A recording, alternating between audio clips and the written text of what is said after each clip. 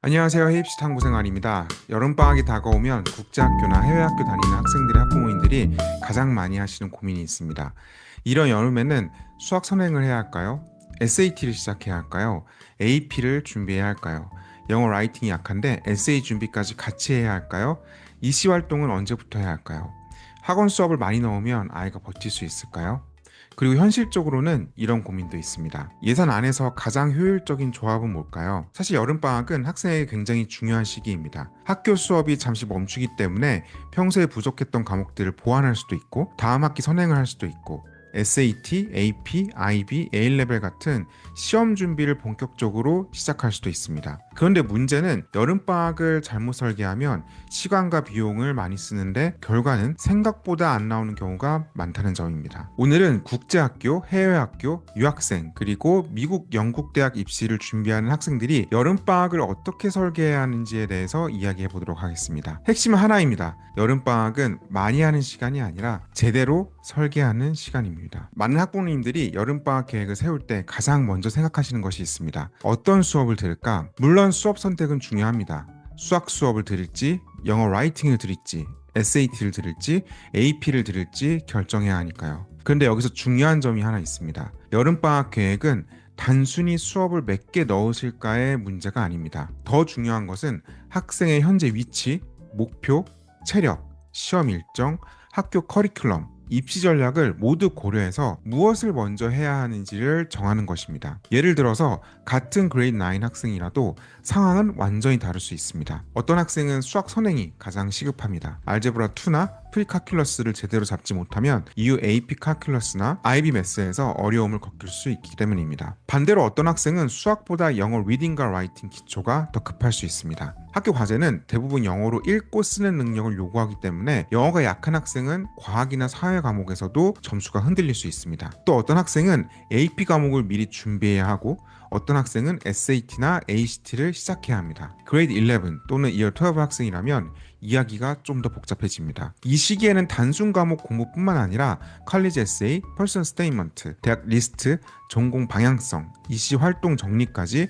함께 고려하셔야 합니다. 즉 여름방학은 학원을 많이 다니는 시기가 아니고 입시 전반적인 구조에서 학생에게 가장 필요한 것을 재배치하는 시기라고 보셔야 합니다. 여름방학 계획을 세울 때 가장 먼저 해야 할 일은 과목 선택이 아닙니다. 먼저 해야 할 일은 우선순위 정리입니다. 학생에게 필요한 영역은 보통 크게 5가지로 나눌 수 있습니다. 첫 번째는 학교 내신입니다. 국제학교나 해외학교 학생에게 GPA는 여전히 가장 기본이 되는 요소입니다. 아무리 SAT나 AP 점수가 좋아도 학교 성적이 무너지면 입시 전략이 어려워질 수 있습니다. 둘째는 선행 학생입니다. 특히 수학과 과학은 선행의 효과가 큰 과목입니다. 다음 학기에 배울 내용을 미리 공부해두면 학교 수업을 따라가는 부담이 줄어듭니다. 세 번째는 표준화 시험입니다. SAT, ACT, AP, IB, IGCSE, A레벨, 토플 등이 여기에 해당됩니다. 학생의 목표 국가와 커리큘럼에 따라서 준비해야 할 시험이 다릅니다. 네 번째는 비교과 활동입니다. 리서치, 컴퍼티션, 인턴십, 볼런티어, 리더십, 포트폴리오와 같은 활동입니다. 특히 미국 상위권 대학을 목표로 하는 학생이라면 단순히 활동 개수를 늘리는 것이 아니고 전공 방향성과 연결되는 활동 구조를 만드는 것이 중요합니다. 다섯 번째는 에세이와 지원 전략입니다. 미국 대학교를 준비한다면 커먼 앱 에세이, 서플멘털 에세이, UC PIQ 등이 필요하고 영국 대학교를 준비한다면 펄슨 스테인먼트와 전공 적합성 정리가 중요합니다. 여기서 중요한 것은 이 5가지를 모두 동시에 많이 하려고 하면 안 된다는 점입니다. 학생의 학년과 현재 상태에 따라서 우선순위가 달라져야 합니다. 그럼 학년별로 어떻게 접근해야 할까요? 먼저 그레이드 7, 그레이드 8, 즉 Year 8, Year 9 정도의 학생들입니다. 이 시기에는 입시를 너무 직접적으로 시작하기보다는 학업의 기초를 잡는 것이 중요합니다. 특히 수학과 영어가 핵심입니다. 수학은 알제브라, 지오메트리, 프리칼큘러스로 이어지는 개념의 연결이 매우 중요합니다. 이 시기에 구멍이 생기면 고등학교 과정에서 계속 문제가 생깁니다. 영어는 리딩과 라이팅입니다. 단순히 영어 회화를 잘하는 것과 학술적인 글을 읽고 쓰는 능력은 다릅니다. 국제학교 학생이라면 교과서, 소설, 논픽션, 리서치 자료를 읽고 자신의 생각을 글로 정리하는 훈련이 필요합니다. 이 시기의 여름방학은 무리하게 SAT나 AP를 많이 넣기보다는 수학과 영어의 학업 체력을 만드는 것이 중요합니다. 다음은 그레이드 9, 그레이드 10, 즉 이어 10과 이어 11 학생들입니다. 이때부터는 조금 더 전략적으로 움직이셔야 합니다. 미국 대학교를 목표로 한다면 AP 과목 선택, SAT 준비 시점, 학교 GPA 관리가 중요해집니다. 영국 대학교를 목표로 한다면 IGCSE와 A레벨 과목 방향성, 전공 적합성을 미리 생각해야 합니다. 이 시기의 여름방학은 단순히 다음 학기 예습만 하는 것이 아니고 앞으로 어떤 과목을 선택할 것인가, 어떤 시험을 언제 볼 것인가, 전공 방향성은 어느 정도 정리되어 있는가를 점검하는 시기입니다. 마지막으로 그레이드 11과 이어 12 학생들입니다. 이 시기의 여름방학은 매우 중요합니다. 미국 대학 지원을 준비한 학생이라면 커먼앱 에세이와 서플멘털 에세이 같은 에세이 작업을 본격적으로 시작해야 합니다. 영국 대학교를 준비한 학생들이라면 퍼스널 스테이트먼트의 방향성을 잡고 전공별 입학 시험이 필요한지 확인하셔야 합니다. 예를 들어서 엔지니어링이나 컴퓨터 사이언스, 이코노믹스, 메디슨 계열은 단순히 내신만으로는 준비가 끝나지 않습니다. 전공 관련 활동, 시험, 에세이, 추천서, 대학 리스트까지 함께 봐야 합니다. 이 시기의 여름방학은 공부를 열심히 하는 시간이기도 하지만 동시에 입시 서류의 구조를 잡는 시간이기도 합니다. 여름방학 계획을 짤 때 많은 분들이 수업 시간표만 봅니다. 시간표를 꽉 채우면 뭔가 굉장히 열심히 하고 있는 것처럼 보입니다. 그런데 실제 성적을 만드는 시간은 수업 시간만이 아닙니다. 특히 수학, 과학, SAT, AP, IB 과목은 수업을 듣고 나서 학생이 혼자 문제를 풀고 오답을 정리하고 개념을 다시 확인하는 그런 시간들이 반드시 필요합니다. 예를 들어서 수학 수업을 주 2회 듣는다고 해보겠습니다. 그런데 수업 외에 복습 시간이 전혀 없다면 학생은 수업 시간에 이해한 것처럼 느껴도 실제 시험에서는 적용하지 못할 수 있습니다. 영어 라이팅도 마찬가지입니다. 라이팅 수업을 듣는다고 해서 글이 바로 좋아지는 것은 아닙니다. 초안을 쓰고 피드백을 받고 다시 고치고 다시 쓰는 과정이 필요합니다. SAT 리딩도 단순히 수업을 많이 듣는다고 해서 점수가 오르지는 않습니다. 지문을 읽는 양, 오답 분석, 어휘, 논리구조 파악이 함께 가야 합니다. 그래서 여름방학 스케줄을 짤 때는 반드시 이렇게 생각하셔야 합니다. 이 수업을 들인 뒤에 이 학생이 혼자 소화할 시간이 있는지, 수업만 있고 자습 시간이 없는 계획은 곱보기에는 좋아 보일 수 있지만 실제로는 효율이 떨어질 가능성이 큽니다. 여름방학 계획표를 보면 종종 이런 경우가 있습니다. 아침 9시부터 밤 10시까지 수업과 자습이 빽빽하게 들어가 있습니다. 보기에는 완벽합니다. 그런데 실제로는 일주일도 유지하기가 어렵습니다. 학생은 기계가 아닙니다. 특히 중고등학생은 공부량도 중요하지만 집중력을 유지할 수 있는 리듬도 중요합니다. 식사 시간, 이동 시간, 휴식 시간, 운동 시간, 수면 시간까지 고려하셔야 합니다. 여름방학에 무조건 많이 지키면 단기적으로는 뭔가 한 것처럼 보일 수 있습니다. 하지만 학생이 지치면 오히려 학습 효율이 떨어지고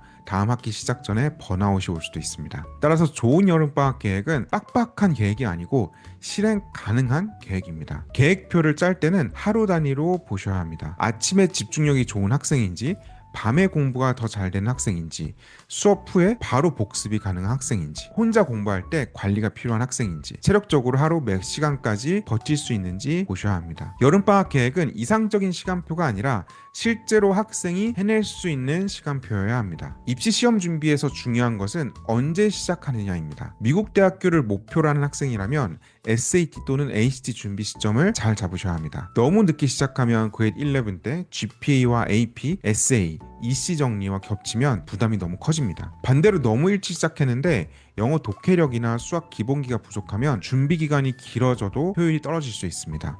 AP도 마찬가지입니다. AP는 단순히 시험 과목을 많이 보는 것이 능사가 아닙니다. 학생의 전공 방향성과 학교 과목, 현재 학업 수준에 맞춰서 선택을 하셔야 합니다. 예를 들면 스템 계열 학생이라면 AP 칼큘러스, AP 피직스, AP 케미스트리, AP 바이올로지, AP 컴퓨터 사이언스 등을 고민할 수 있습니다. 하지만 모든 과목을 동시에 무리하게 준비하는 것은 위험할 수 있습니다. IB 학생의 경우에는 IA와 E, TOK, 파이널 이그잼의 흐름을 고려하셔야 합니다. IB는 단순히 시험 직전에 몰아서 준비하는 구조가 아니기 때문에 여름방학에 어떤 과제를 미리 정리할지 판단하는 것이 중요합니다. A레벨 학생이라면 과목별 예습과 함께 전공별 입학시험도 확인하셔야 합니다. 영국 대학교는 전공 적합성이 매우 중요하기 때문에 과목 선택과 퍼스널 스테이트먼트, 입학시험 준비가 서로 연결되어야 합니다. 결국 시험 준비는 많이 한다 보다는 언제, 어떤 순서로, 무엇을 목표로 하느냐가 중요합니다. 해외대학 입시에서 비교과 활동의 중요성을 많이 이야기합니다. 그런데 여기서도 오해가 있습니다.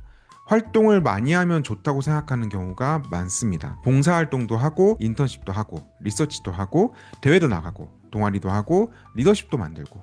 물론 다양한 활동이 도움이 될 수는 있습니다. 하지만 입시에서 중요한 것은 단순한 활동의 개수가 아니고 학생이 어떤 관심과 방향성을 가지고 성장해 왔는지를 보여주는 구조입니다. 예를 들어서 바이오메디컬 엔지니어링에 관심 있는 학생이라면 생물, 화학, 물리, 수학적 역량이 어떻게 연결되는지, 관련 리서치나 프로젝트 경험이 있는지, 의료, 공학, 기술에 대한 관심을 어떤 방식으로 발전시켜 왔는지를 보여줄 수 있어야 합니다. 이코노믹스에 관심 있는 학생이라면 수학적 분석력, 데이터 분석, 경제 독서, 리서치, 관련 대회나 프로젝트가 연결될 수 있습니다. 컴퓨터 사이언스 학생이라면 단순 코딩 활동을 넘어서서 어떤 문제를 해결해 왔는지, 어떤 프로젝트를 만들었는지, 기술적 관심이 어떻게 확장되었는지가 중요합니다. 여름방학은 이런 활동을 새로 시작하기에도 좋고 이미 해온 활동을 정리하기도 좋은 시기입니다. 특히 그레이드 10, 그레이드 11 학생이라면 여름방학에 자신의 활동을 한번 정리해 보셔야 합니다. 내 활동들이 전공 방향성과 연결이 되어 있는가? 내가 왜 이 분야에 관심이 있는지 설명할 수 있는가? 에세이에 쓸 수 있는 경험이 있는가? 대학이 봤을 때 이 학생의 학업적 방향성이 보이는가? 이 질문에 대한 답변을 할 수 있어야 합니다. 그레이드 11, 이어 12 학생에게는 여름방학에는 에세이 준비의 핵심 시기입니다. 미국 대학교를 준비한 학생이라면